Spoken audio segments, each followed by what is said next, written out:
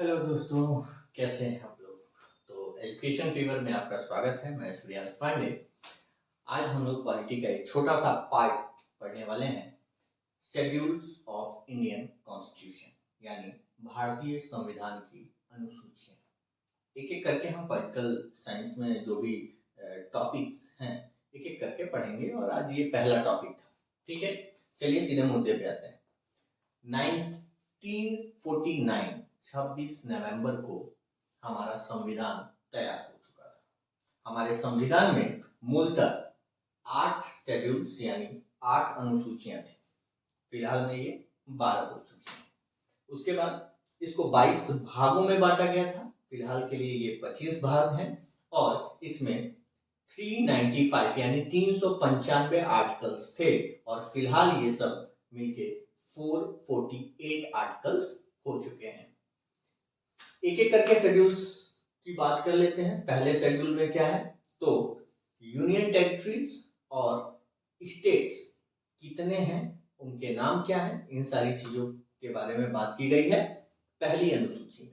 दूसरी अनुसूची की अगर बात करें तो यहाँ पे वेतन, पेंशन, भत्ता की बात की गई है। राष्ट्रपति का कितना वेतन होगा, उनका क्या पेंशन होगा, ठीक है, उपराष्ट्रपति का क्या होगा, फिर सुप्रीम कोर्ट के जजेस का क्या होगा, हाई कोर्ट के जजेस का क्या होगा। तो इन सारे जितने भी ऑफिशियल हैं, बड़े पद पे लोग हैं, इन सभी लोगों के पेंशन, भत्ता और वेतन की बात की गई है। तीसरे अनुसूची में अगर बात करें तो इन्हीं के शपथ ग्रहण की बात की गई है। ठीक है, फिर चौथे में यूनियन टेरिटरी और स्टेट में राज्यसभा की कितनी कितनी सीटें होंगी। अलग अलग जो है स्टेट्स में या यूनियन टेरिटरी में अलग अलग नंबर ऑफ राज्यसभा सीट्स हैं, तो किस राज्य में कितनी सीटें होंगी इसके बारे में बात की गई है चौथे अनुसूची में।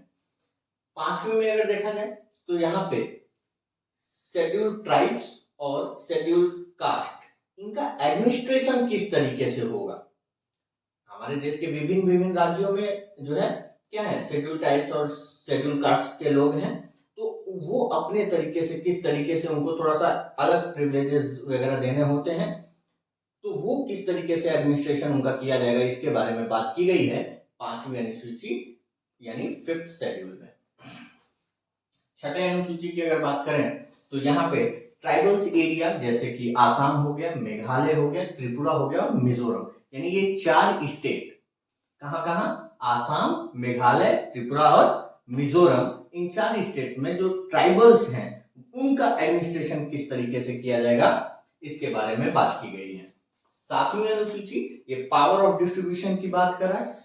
यहाँ पे यूनियन लेवल पे कौन कौन से सब्जेक्ट्स होंगे जिसपे जो है सेंट्रल गवर्नमेंट रूल रेगुलेशन बना सके, लॉज बना सके, प्लस स्टेट के लिए कुछ सब्जेक्ट्स डिसाइड किए गए कि वो किन किन विषयों पे जो है नियम कानून बना सकते हैं, और कुछ ऐसे भी विषय थे जहां पे ये दोनों ही मिलके बनाते हैं। तो उनको 3 पार्ट में डिवाइड किया गया, यूनियन, स्टेट और कंकरेंट लिस्ट। यूनियन में जो है 97 सब्जेक्ट्स थे, फिलहाल में ये 100 है। अगर स्टेट की बात करें तो 66 सब्जेक्ट्स थे, और ये फिलहाल में 61 बचे हैं। कंकरेंट लिस्ट में अगर बात करें तो 47 जो है सब्जेक्ट्स थे, और अभी फिलहाल में यहाँ पे 52 सब्जेक्ट्स हैं। चलिए आगे चलते हैं। शेड्यूल 8, 8वीं अनुसूची में ऑफिशियल लैंग्वेजेस की बात की गई है। वैसे तो हमारे देश में बहुत सारी भाषाएं बोली जाती हैं, लेकिन संविधान में जो है 22 भाषाओं को फिलहाल मान्यता प्राप्त है। शुरुआत में इसमें मात्र 14 थी, 3 संशोधन हुए, कब, 1967, 1992 और 2003। 1967 21वां संविधान संशोधन में सिंधी भाषा को जोड़ा गया, जबकि 1992 में 71वें संविधान संशोधन में मणिपुर, कोंकणी और नेपाली भाषा को जोड़ा गया था। 2003 92वां संविधान संशोधन 92 अमेंडमेंट एक्ट, जिसमें मैथिली, डोंगरी, संथाली और बोडो को जोड़ा गया। यानी 67 में एक भाषा जोड़ी गई, 92 में 3 भाषाएं जोड़ी गई, और 2003 में 4 भाषाएं जोड़ी गई, तो टोटल मिलके कितने हो गए? 22 भाषाएं। फिर चलते हैं, चूंकि मूलतः 8 ही तक था, उसके बाद 9वां संविधान इसमें जोड़ा गया और ये फर्स्ट अमेंडमेंट एक्ट था 1951 में। बेसिकली उस समय लैंड रिफॉर्म करने की आवश्यकता थी, तो 8वीं अनुसूची में उन्होंने 9वीं अनुसूची में उन्होंने लैंड रिफॉर्म को ऐड कर दिया, भूमि सुधार अधिनियम।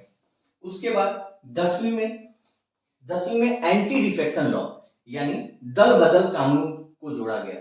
ये जो है 92वें संविधान संशोधन 1985 में जोड़ा गया। जैसे देखा होगा कि कोई पार्टी है, उसने अपने कंप्लीट नेता को उठा के दूसरे पार्टी में शामिल हो गए, सरकार बना दी। ऐसा फिलहाल कई सारे राज्यों में हुआ है।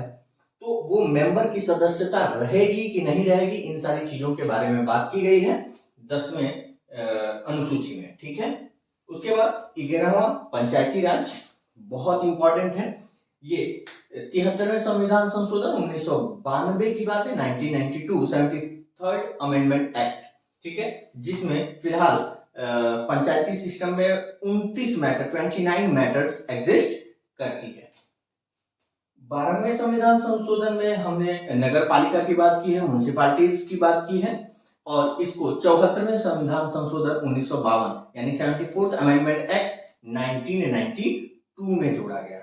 ये 12 अनुसूचियां हैं और आप इसे बहुत ही आसानी से अगर थोड़ा सा देखें, ध्यान से भी देख लेंगे 2-4 बार ना, तो ये याद हो जाएगा। पहले में एक बार फिर रिपीट कर लेते हैं। पहले में यूनियन एंड स्टेट के नाम और उनकी संख्या के बारे में बात किया गया है। सेकंड में वेतन, पेंशन और भत्ता के बारे में बात किया गया है। थर्ड में उनके शपथ की बात की गई है। फोर्थ में राज्यसभा के सीट के बंटवारे की बात की गई है। 5वें में ST/SC के एडमिनिस्ट्रेशन की बात की गई है। 6ठे में जो है आसाम, मेघालय, त्रिपुरा और मिजोरम, इनके जो है ट्राइबल्स के एडमिनिस्ट्रेशन की बात की गई है। 7वें में शक्तियों का बंटवारा हुआ है, यूनियन, स्टेट और कंकरेंट लिस्ट बना हुआ है।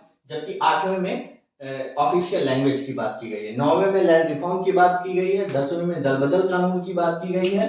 11वें में पंचायती राज की बात की गई है और 12वें में म्युनिसिपैलिटीज की बात की गई है। आई होप कि आपको ये अनुसूचियां बहुत ही आसानी से समझ में आ गई होंगी और आप इसे याद भी कर लेंगे।